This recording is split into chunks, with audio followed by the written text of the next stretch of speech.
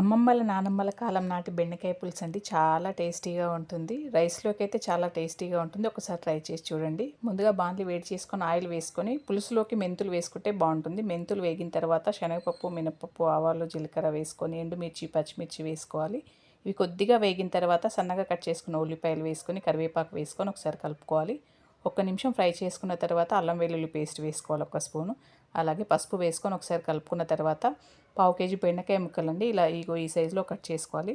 వీటిని వేసుకొని ఒక్క నిమిషం ఫ్రై చేసుకొని మూత పెట్టి ఒక 5 to 6 మినిట్స్ వరకు వీటిని మగ్గనివ్వాలండి, ఫ్రై అవ్వనివ్వాలి. బెండకాయలు ఫ్రై అయిన తర్వాత ఒకసారి మూత తీసి చూద్దాం. చూడండి ఇవి ఆల్మోస్ట్ ఫ్రై అయినాయి కదా. ఇప్పుడు కొద్దిగా కారం వేసుకోవాలి. రెడ్ చిల్లీ పౌడర్, అలాగే ధనియా పౌడర్, జీరా పౌడర్ వేసుకొని రుచికి సరిపడా ఉప్పు వేసి ఒకసారి కలుపుకోవాలి.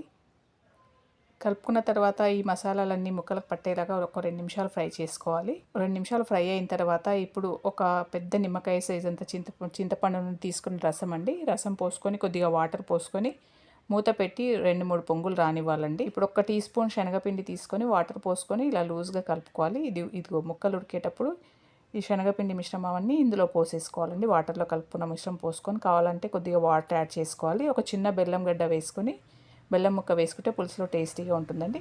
ఒక 2 నిమిషాలు ఉడికించుకోవాలండి. మళ్ళీ చూడండి రెడీ అయిపోయిందండి. ఇప్పుడు చివరిగా కొద్దిగా కొత్తిమీర వేసేసుకొని దించేసుకుంటే చాలా అంటే చాలా టేస్టీగా ఉంటుందండి. పాతకాలంలో ఇలాగే చేసేవాళ్ళు. బెండకాయ పులుసు చాలా రుచిగా ఉంటుంది అన్నంలోకి. ఒకసారి ట్రై చేసి చూడండి ఇప్పుడు ఇలా ఉంటుంది, కానీ చల్లారిన తర్వాత కొద్దిగా చిక్కపడుతుందండి. నచ్చితే ఒకసారి ట్రై చేసి చూడండి. Please like, share and subscribe my channel.